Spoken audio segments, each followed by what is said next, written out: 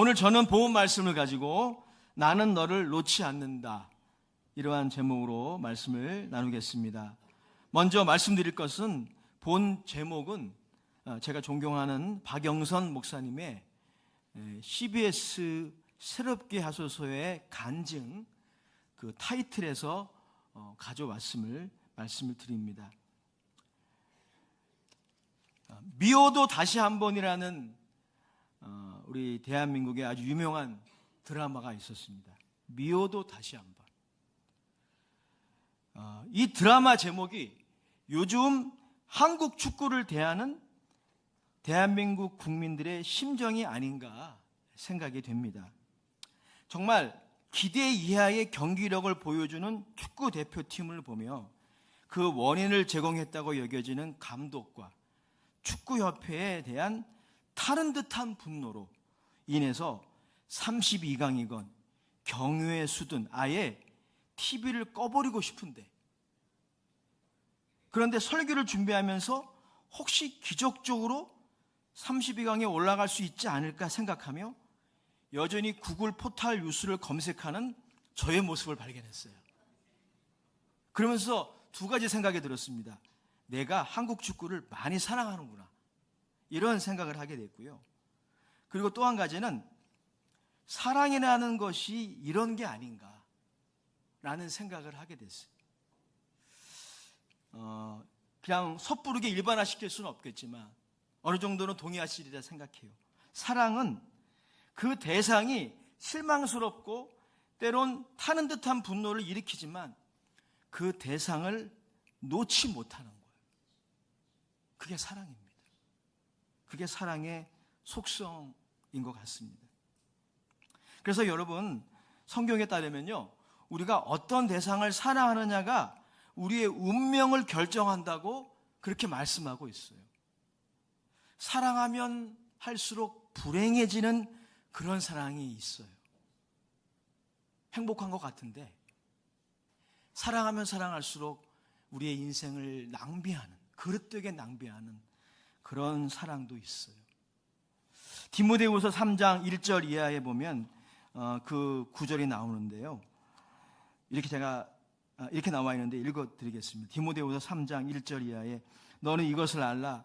말세에 고통하는 때가 이르러 사람들이 자기를 사랑하며 돈을 사랑하며 자랑하며 교만하며 비방하며 부모를 거역하며 감사하지 아니하며 거룩하지 아니하며 무정하며 원통함을 풀지 아니하며 모함하며 절제하지 못하며 사나우며 선한 것을 좋아하지 아니하며 배신하며 조급하며 자만하며 쾌락을 사랑하기를 하나님 사랑하는 것보다 더하며 경건의 모양은 있으나 경건의 능력은 부인하는 자니 이 같은 자들에게서 내가 돌아서라. 자기를 사랑하며 돈을 사랑하며 쾌락을 사랑하기를 하나님보다 더 사랑하는 이 사랑은요, 빨리 놓아야 돼요. 빨리 포기해야 되는 사랑입니다. 왜냐하면 이것 때문에 불행해지거든요. 자, 본문으로 돌아오겠습니다. 니고데모는 예수님의 거듭남에 대한 가르침, 그리고 성령의 역사에 대한 가르침, 예수님이 바람을 비유로 드셨어요. 그러한 가르침을 제대로 이해하지 못했습니다. 그래서 예수님께 반문합니다.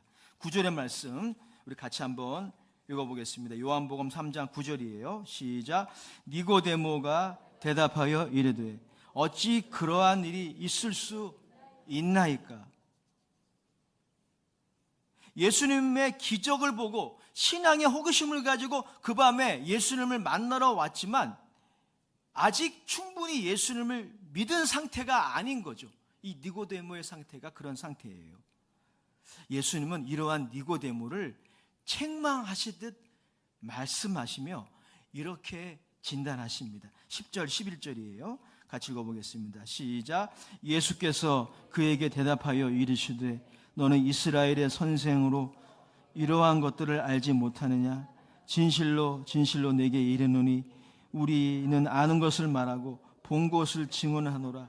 그러나 너희가 우리의 증언을 받지 아니하는도다. 니고데모도 그렇고 후에 이제 공간복음에 나오는 제자들도 그렇고 그들이 예수님께 책망을 받는 그런 내용들이 나와요. 그런데 다른 이유가 아닙니다. 뭐 학식이 부족하다든지 혹은 뭐 실력이 부족하다든지 그런 게 아니에요. 믿음이 없기 때문에. 믿음의 부족으로 예수님께 책망받는 장면이 많이 나옵니다. 지금 니고데모도 그러한 거죠. 여러분, 이것은 히브리서의 메시지와 연결되어 있어요. 히브리서 11장 6절의 말씀 우리 다 같이 한번 읽어보겠습니다. 시작. 믿음이 없이는 하나님을 기쁘시게 하지 못하나니 하나님께 나아가는 자는 반드시 그가 계신 곳과 또한 그가 자기를 찾는 자들에게 상 주신 이심을 믿어야 할지니라. 아멘. 믿음이 없는 것 때문에 우리가 책망받는 거예요. 사실 믿음이, 예수님을 믿는 믿음, 좀 전에 우리 성가대가 찬양한 것처럼 단순히 예수님을 믿고 그분의 품에 안기는 것, 이게 진짜 실력인 거예요. 이 믿음이 없이는 하나님을 기쁘시게 하지 못합니다. 여러 주석자들의 연구에 따라 니고데모는 다음과 같은 사람들을 대표한다고 생각할 수 있어요. 니고데모는 기적을 보고 예수님께 나오긴 했으나 진정 예수님을 믿지 않은 사람들을 대표하는 거죠. 혹자의 표현처럼 팬이긴 하지만 제자가 아닌 거예요. 예수님의 기적을 보고 와! 그래서 예수님께 왔지만 아직 예수님의 제자가 되지는 않은 것입니다. 또한 여러분, 니고데모는 오늘날로 보면 복음을 증거하는 사람들의 메시지를 받아들이기 거부하는, 그 초청을 거절하는 사람들의 대표도 되는 것입니다. 또한 니고데모는 어떤 사람들의 대표도 됩니까? 교회를 다니며 나름 성경에 대해서 잘 알지만 그는 바리새인이었으니까요. 율법에 대해서, 성경에 대해서 잘 알았을 거예요. 하지만 하나님의 말씀을 진정 청정하지 않고, 좀 전에 장로님이 하나님의 음성을 듣게 하옵소서라고 했는데, 이 하나님의 음성을 들었을 때 믿음으로 반응해야 되는데 사실 그렇게 하지 않은 사람들을 대표하는 것이 바로 니고데모라고 할 수 있어요.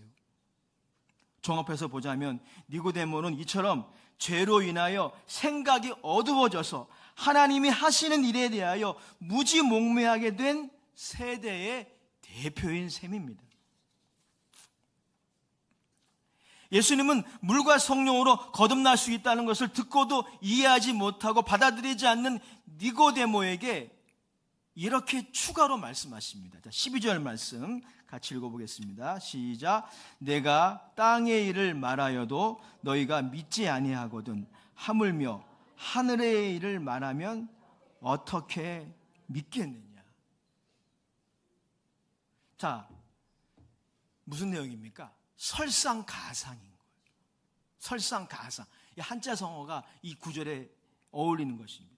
예수님 말씀이 이것입니다.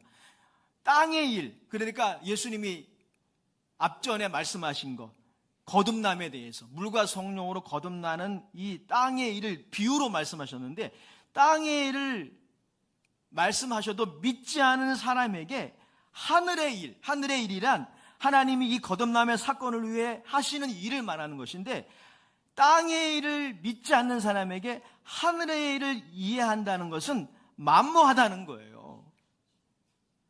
그러니까 이런 겁니다. 1 더하기 2를 이해하지 못하는 사람이 2차 방정식을 이해하는 것이 불가능한 것과 비슷한 원리죠. 교회를 다니지 않는 사람에게 성경 필사하세요, 이것이 그분들에게 의미가 없는 것과 같은 방식이에요. 지금 예수님은 이 12절에서 니고데모의 이 설상가상의 상황을 진단하시는 거예요. 지금 니고데모의 상황은 좋지 않은 거예요. 이것이 여러분 예수님의 진단입니다. 이 12절까지. 그러나 여러분, 예수님은 거기서 멈추지 않으시고 니고데모의 불신앙과 무지를 도와주십니다. 예수님은 12절까지 니고데모의 영적 상황을 좀 진단해 주신 거예요. 그러면 12절에서 끝나면 되는 거죠. 아니, 왜냐하면 땅의 일을 말해도 이해하지 못하는 니고데모가 계속해서 예수님의 하늘의 일을 말해도 이해하지 못할 상황이니 예수님이 12절에서 자, 이제 그만 가봐, 이렇게 하시는 것이 오히려 보면 상식입니다. 근데 예수님은 12절까지 말씀에서 끝나는 것이 아니라 13절 이하의 말씀을 니고데모에게 계속 하셨어요. 하늘의 일을 이해할 리 만무한 그에게 예수님이 하늘의 일을 이야기하시는 거예요. 그러니까 여러분, 예수님은 지금 니고데모의 상황을 진단하시는 걸로 끝나는 게 아니라 그의 상황을 치료하기 원하시는 거예요. 바꾸기 원하시는 거예요. 자, 13절 15절 말씀 우리 그런 의미에서 읽어보겠습니다. 시작. 하늘에서 내려온 자 곧 인자 외에는 하늘에 올라간 자가 없느니라. 모세가 광야에서 뱀을 든 것 같이 인자도 들려야 하리니 이는 그를 믿는 자마다 영생을 얻게 하려 하심이라. 아멘. 실로 예수님의 이 말씀에 따르면 예수님은 니고데모와 같은 사람들을 위해 이 땅에 오셨어요. 다른 말로 표현하면 하나님이 자신의 아들을 이런 사람들을 위해 보내셨어요. 예수님을 잘 믿는 사람만이 아니라 니고데모와 같이 학식도 있고 그런 산헤드린 공회의 국회의원이었거든요. 학식도 있고 그리고 경력도 대단한 지도자였지만 예수님을 믿지 않는, 믿을까 말까 이런 상황이죠. 그런데 여러분, 예수님이 바로 그러한 사람들을 위해 이 땅에 오셨다. 더 정확하게 표현하면 하나님이 자신의 아들을 세상에 보내셨다는 거예요. 예수님은 하늘에서 내려오셨어요. 이러한 사람들을 위해 내려오신 거예요. 하늘에서 그냥 그들을 보실 수 없는 거죠. 내려오셔서 그들에게, 하늘의 일을 이해할 리 만무한 그들에게 포기하지 않고 하늘의 일, 하나님의 말씀을 그들에게 주셨어요. 자, 그러나 그것으로 끝이 아닙니다.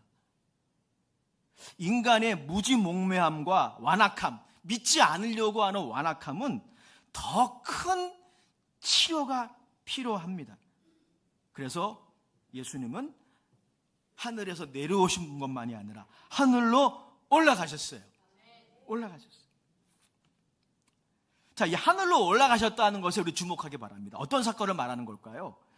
자, 이것은 우리가 일단 사도행전 1장의 사건을 생각할 수 있습니다. 사도행전 1장에 예수님이 부활하신 다음에 제자들과 한 40일 동안 있으시다가 승천하시거든요. 그걸 승천이라고 그래요. 감람산에 제자들이 500명 정도의 제자들이 모였는데 예수님이 그들이 보는 앞에서 하늘로 올라가셨어요. 자, 그 사건을 의미할 수도 있습니다. 그것을 포함해요. 그러나 여러분, 신학자, 요한복음의 전문가 바렛이라는 신학자가 옳게 해석했듯이 이 예수님의 올라가시는 사건은 그 승천만을 의미하지 않습니다. 그것은 그럼 무엇을 의미합니까? 십자가의 높이 달리심을 의미합니다. 자, 바렛의 주석을 제가 그대로 한번 인용해 드릴게요. 들어보십시오. 그러나 그의 높이 들림은 구약 성경의 뱀이 암시한 방식으로 이루어질 것이다. 즉 그는 십자가 위에 높이 들릴 것이며 그의 높이 들림은 그 자신에게는 영광이 될 뿐 아니라 인류에게는 치유와 구원이라는 결과를 가져올 것이다. 자, 요한복음 12장 31, 33절에는 이 예수님의 이 높이 들리심의 사건의 의미가 잘 기록되어져 있는데 이 바렛의 해석을 지지해요. 요한복음 12장 32절 33절을 다 같이 읽어보겠습니다. 시작. 내가 땅에서 들리면 모든 사람을 내게로 이끌겠노라 하시니, 이렇게 말씀하시면 자기가 어떠한 죽음으로 죽을 것을 보이심이로라. 아멘. 사랑하는 성도 여러분, 그렇습니다. 믿지 않음이란 병이 있어요. 불신앙이라는 병이 있어요. 여러분, 따지고 보면은요, 암보다 무서운 병이에요. 사실 요즘 너무 암 무서워하지 마세요. 암 그렇고 말고 넘기세요. 왜냐하면 우슬이 그만큼 좋아졌어요. 암보다 더 무서운 병이 있어요. 믿지 않는 거예요. 예수님이라고 하는 구조선에 타면 되는데 안 타는 겁니다. 이 고질병, 이 고집, 이게 암보다 비교할 수 없을 만큼 무서워요. 왜냐하면 여기에 영생의 문제가 달려있기 때문이죠. 그런데 여러분, 이 병, 이 믿지 않는 병, 이 불신앙의 병을 치료하기 위해 예수님은 하나님의 작정 가운데 보냄을 받아 이 땅에 오셨다는 거예요. 그리고 십자가에 높이 들리셨다는 겁니다. 이 높이 들리셨다는 것은 하나님이 아들을 통해 무언가를 공개적으로 모든 사람을 위해 드러내셨다는 것을 의미해요. 모세가 노수로 뱀을 만들어서 장대에 달았을 때 왜 장대에 달았을까요? 모든 사람이 보게 하기 위해서. 마찬가지예요. 그러면 하나님이 예수님을 나무에 달게 하시는 그 역사를 통해 나타내시고자 하는 것이 무엇입니까? 바로 하나님의 영광이에요. 즉 하나님의 영광이, 예수님의 영광이 그의 부활을 통해서, 그의 승천을 통해서만 드러낸 것이 아니라 이미 예수님의 수치와 고난을 통해 가장 강력히 드러난 것입니다. 즉 더 정확하게 말하면 이것입니다. 하나님은 자신의 영광을, 그의 거룩하고 의로우신 영광을 드러내시는데 우리를 향한 사랑으로 드러내신 거예요. 만약에 하나님의 그 거룩한 영광, 그 의로우신 영광을 사랑으로 드러내지 않았다면 우린 다 멸망했을 거예요. 십자가의 사건은 하나님이 자신의 거룩하고 의로우신 영광을 우리를 향한 사랑으로 드러내신 겁니다. 그래서 여러분, 하나님의 아들의 하강과 높이 들리시는 사건은 하나님의 사랑의 사건입니다. 성도 여러분, 그렇습니다. 십자가의 사건은 광야에서 재차 하나님을 향한 원망을 쏟아내며, 그래서 하나님이 보낸 불뱀의 독에 죽어가던 이스라엘 백성들처럼 불신앙의 병에 걸려, 불신앙의 바이러스가 있어요. 제가 암보다 무섭다고 그랬죠? 어떤 바이러스보다 에볼라 바이러스도 무서워요. 불신앙의 바이러스에 걸려 완악하게 하나님을 떠나고 거짓된 사랑으로 끊임없이 자신만을 위한 삶을 살아가는 인생들을 놓으실 수 없는 하나님의 사랑의 사건이에요. 그러한 인생들을 그냥 내버려 두실 수 없는 하나님의 사랑의 사건이라는 것입니다. 십자가의 사건은 그래서 세상을 치유하고 구원하시는 사건입니다. 실로 하나님은 믿음이 없어 하나님을 거역하는 이 세상을 위해 오셨어요. 이 세상을 이처럼 사랑하십니다. 그 내용이 여러분들이 잘 아는 요한복음 3장 16절이죠. 우리 다 같이 큰 소리로 읽어보겠습니다. 시작. 하나님이 세상을 이처럼 사랑하사 독생자를 주셨으니 이는 그를 믿는 자마다 멸망하지 않고 영생을 얻게 하려 하심이라. 아멘. 복음의 핵심이죠. 더 무언가를 추구할 수 없을 만큼 완전한 구절이에요. 하나님이 자신의 사랑하는 독자를 주셨습니다. 그래서 예수님은 이 중병에 걸린, 이 불신앙의 병에 걸린 인생들이 의지할 유일한 최고의 의사이십니다. 예수님은 우리의 이 설상가상의 상황을 진단만 하신 것이 아니라 치료하시는 분이에요. 어제 설교를 준비하다가 시간이 좀 있어서 휴식을 하며 핸드폰으로 쇼츠를 이렇게 스크롤링 하면서 보다가 감동적인 내용을 하나 접했는데 좀 소개하기 원합니다. KBS 다큐 병원 24시에도 소개된 사연인데 이런 사연이에요. 베트남의 한 젊은 남성의 청년의 안타까운 사연이었습니다. 그는 어린 시절 10살 때 동네에 돌아다니다가 버려진 슈루탄을 발견한 거예요. 그 슈루탄을 가지고 놀다가 그만 그것이 폭발해 버렸어요. 그 폭발의 열기로 손이 붙어버렸어요. 그리고 얼굴이 녹아서 치열이, 이게 이렇게 말하면 좀 그렇지만 괴물처럼 튀어나와 버렸어요. 보기 흉할 정도로 기형적으로 얼굴이 그렇게 변했습니다. 친구들에게 놀림의 대상, 기피의 대상이 자연스럽게 되었고, 그래서 20살 되도록 집에만 머무는 거예요. 그러던 중 한국인 의사 백롱민이라는 분이 그의 사정을 접하고 그를 만나게 되었습니다. 참으로 딱한 사정이었지만 당시 이 의사 선생님이 가지고 있는 도구로는 수술이 불가능해서 귀국할 수밖에 없었습니다. 한국으로 돌아온 백 교수는 그러나 그 청년을 잊을 수가 없는 거예요. 여러분, 이게 사랑입니다. 그 청년을 뇌리에서 지울 수가 없는 거예요. 그 청년을 그냥 놓을 수가 없는 거죠. 그래서 백방의 노력을 해서 자신의 사비를 다 동원해서 한국으로 그를 초대했어요. 그리고 수술에 성공했습니다. 사랑하는 여러분, 하나님의 사랑은 어떤 사랑입니까? 하나님의 사랑을 어떻게 다 우리가 표현할 수 있을까? 하지만 조금 표현해 본다면 이런 거죠. 믿지 않는 완악함. 우리 믿는 우리의 입장에서는 믿지 않은 완악함을 우리는 정죄하기 쉬워요. 예, 정죄할 만합니다. 하지만 하나님의 사랑은 거기에서 멈추지 않아요. 진단에서 멈추지 않아요. 하나님의 사랑은 믿지 않는 완악함을 병으로 여겨요. 병으로. 그리고 고집스럽게 자기 중심적으로 하나님을 거역하는 사람들을 죽일 놈으로 여기는 것이 아니라 병든 자로 여기는 거예요. 그리고 그 사람을 그냥 지나칠 수 없어요. 그를 그냥 놓을 수 없어요. 그게 바로 하나님의 사랑이에요. 하나님은 이 사랑 가운데 예수 그리스도 안에서 행동하셨어요. 사실 만세전에 성부, 성자, 성령이 이 사건을 계획하신 거죠.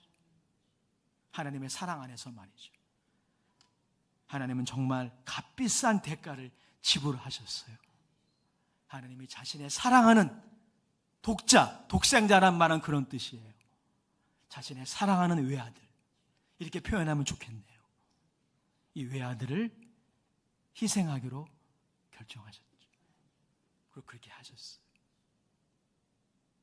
예수 그리스도는 이 계획 가운데 이 땅에 내려오셨고 십자가에 높이 달리셨습니다.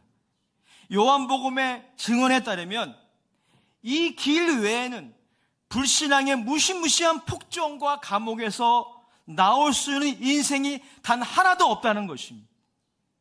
이 방법이 아닌, 예를 들어 도를 수행하여 하늘에 올라가 계시를 받아 하늘의 일을 깨달을 수 있는 인생이 하나도 없다는 거예요. 박사학위, 석사학위 다 필요하지만 그것으로 하늘의 일을 깨달을 수 있는 인생이 단 하나도 없다는 것입니다. 이 길 외에는 하나님의 아들이 이 땅에 내려오셨고 나무에 달리시는 것, 우리를 대신하여 저주를 받으시고 죽으시는 길 외에 이 병이 치료가 안 돼요. 그러나 예수님은 하실 수 있어요. 예수님은. 그러므로 여러분, 하늘의 일을 깨닫는 길이 있어요. 그게 뭡니까? 영생을 소유하는 길이 있어요. 어려운 게 아닙니다. 오늘 정말 성가대 너무 찬양의 은혜 받았어요. 예수님이란 배에 타야 됩니다. 믿음으로 타면 돼요. 아멘 하면 됩니다. 그 품에 안기면 돼요. 계산하지 말고. 다른 것들은 계산해야 돼요. 음식값은 계산하고. 이게 사업이 유익이 될까? 이런 건 계산해 봐야 돼요. 공부하는데 이게 도움이 될까? 그건 계산해 봐야 돼요. 하지만 예수님은 계산하면 안 돼요. 하나님의 말씀 계산하면 안 됩니다. 취사 선택하면 안 돼요. 이 말씀은 마음에 들어 취하고 이 말씀은 어려워 부담스러워 하면 안 돼요. 이 예수님을 믿고 그분을 영접하는 길 외에 다른 길이 없어요. 즉 예수님을 믿어야 깨달아지는 것입니다. 예수님을 믿어야 인생이라는 수수께끼가 점점 이해되는 것입니다. 왜 그때 나에게 그런 상처가 있었을까? 내가 왜 그때 그런 실수를 했을까? 이해가 안 돼요. 때로는 왜 나에게 그러한 실패가 있었을까? 이해가 안 돼요. 하지만 다 이해가 안 되지만 예수를 믿으면 하나하나 이해가 됩니다. 순서가 이런 거예요. 이게 신앙생활의 순서 기억하십시오. 믿으니까 이해하는 거예요. 그러나 반대는 아니에요. 다 이해하고 믿는 거 아닙니다. 우리는 하나님을 다 이해하지 못해요. 때로는 하나님의 말씀이 어렵게만 느껴지고 나의 인생에 하나님이 하시는 일이 다 이해가 되지 않을 수 있습니다. 하나님이 선하시고 의로우시다면 왜 우리의 가정에 나의 삶에 이런 일이 생깁니까? 왜 우리가 만나는 사람은 이러저러하냐 비판하거나 원망, 낭망할 수도 있죠. 그러나 우리 모두를 위해 그리고 지금도 예수님을 인격적으로 받아들이지 않는 모든 사람들을 위해 십자가에 높이 달리신 예수님을 믿고 지금도 하나님 보좌 우편에서 우리를 위해 기도하시는 그 예수님을 믿고 바라볼 때에 다 이해되지 않아도 합력해서 선을 이루시는 하나님을 신뢰할 수 있습니다. 그저 그 주님을 믿음으로 바라보세요. 예수님이라는 구조선에 타세요. 그분을 주로 영접하세요. 여러분의 주의를 바꾸시기 바랍니다. 다시 말씀드립니다. 우리 모든 그리스도인들은 오랜 수련과 연구를 통해 득도하라고 부르심 받지 않았어요. 하나님이 요구하시는 게 그게 아닙니다. 하나님이 원하시는 건 한 가지예요. 지금 믿어야 합니다. 결론입니다. 하나님의 사랑은 이처럼 우리를 놓지 않는 사랑입니다. 하나님의 말씀을 거절하고 믿지 않는 완악함을 하나님은 미워하시지만 그러나 하나님의 사랑은 그러한 사람들을 병에 걸린 사람으로 바라보시며 측은히 여기시며 그래서 그냥 놓으실 수 없어요. 나는 너를 놓을 수 없단다. 나는 너를 그냥 지나칠 수 없단다. 그래서 예수님이 최고의 의사이십니다. 마태복음 9장 12절 13절을 읽고 이제 정리하겠습니다. 마태복음 9장 12절 13절입니다. 시작. 예수께서 들으시고 이르시되 건강한 자에게는 의사가 쓸데없고 병든 자에게래야 쓸데 있느니라. 너희는 가서 내가 긍휼을 원하고 제사를 원하지 아니하노라 하신 뜻이 무엇인지 배우라. 나는 의인을 부르러 온 것이 아니요 죄인을 부르러 왔노라 하시니라. 그러나 여러분 기억하십시오. 우리에게는 이 예수님을 인격적으로 믿는 믿음이 필요합니다. 여러분의 마음의 방의 문 거리는 바깥에 있지 않아요. 여러분 안에 있습니다. 여러분이 믿고 열어야 됩니다. 계시록 3장 20절에 유명한 말씀이 있죠. 누구든지 내 음성을 듣고 문을 열면 내가 그에게로 들어가 그와 더불어 먹고 그는 나와 더불어 먹으리라. 우리 큰 소리로 선포합시다. 누구든지 주 이름을 부르는 자는 구원을 얻으리로다. 그러나 우리가 믿기를 계속 거부한다면 믿을까 말까 선택하지 못한다면 영생의 선물을 받는 이른바 경우의 수 그리고 이 땅에서 그 영생을 경험하는 충만한 삶을 살 수 있는 경우의 수는 점점 줄어들 것입니다. 여러분에게 묻겠습니다. 예수 그리스도라는 한 인격을 믿으십니까? 혹시 여러분 예수를 믿어 교회를 이미 다니고 있지만 여러 고난과 유혹으로 믿음의 길에서 멀어져 있거나 믿음의 부족함으로 방황하며 인생을 낭비하고 있지 않습니까? 하나님은 여러분을 절대 놓지 않기 때문에 우리가 방황하면 방황할수록 내가 맨발로 가시를 차는 거하고 비슷해요. 우리의 인생이 낭비되는 거예요. 오늘 그 모든 인생들에게 믿음의 연약함과 부족을 경험하는 모두에게 이 찬송가의 가사가 울림이 되리라 생각합니다. 이렇게 말씀하고 있어요. 주 예수 당한 고난을 못 잊을 죄이나 내 귀한 법에 바쳐서 만유의 주를 찬양하라. 만유의 주를 찬양하라. 다 이해되지 않아도 한 가지는 분명해요. 내 인생에 일어나는 일들, 하나님의 계획들, 하나님의 뜻 다 이해되지 않지만 그러나 하나님 한 가지는 분명해요. 나를 사랑하사 나를 위해 죽으신 예수님, 그분은 잊을 수 없습니다. 오늘 이 고백을 하며 주님께 더 가까이 나가시기를 축원합니다. 하나님 아버지, 우리 사랑하는 교환 종들이 이 고백을 주께 드리기 원합니다. 다 이해되지 않아도 내가 원하는 대로 되어 가지는 않지만 그러나 나를 사랑하사 나를 위해 죽으신 예수님 잊을 수 없습니다. 예수님께 나갑니다. 나의 믿음의 부족함을 도와주소서. 예수님의 이름으로 기도합니다. 아멘.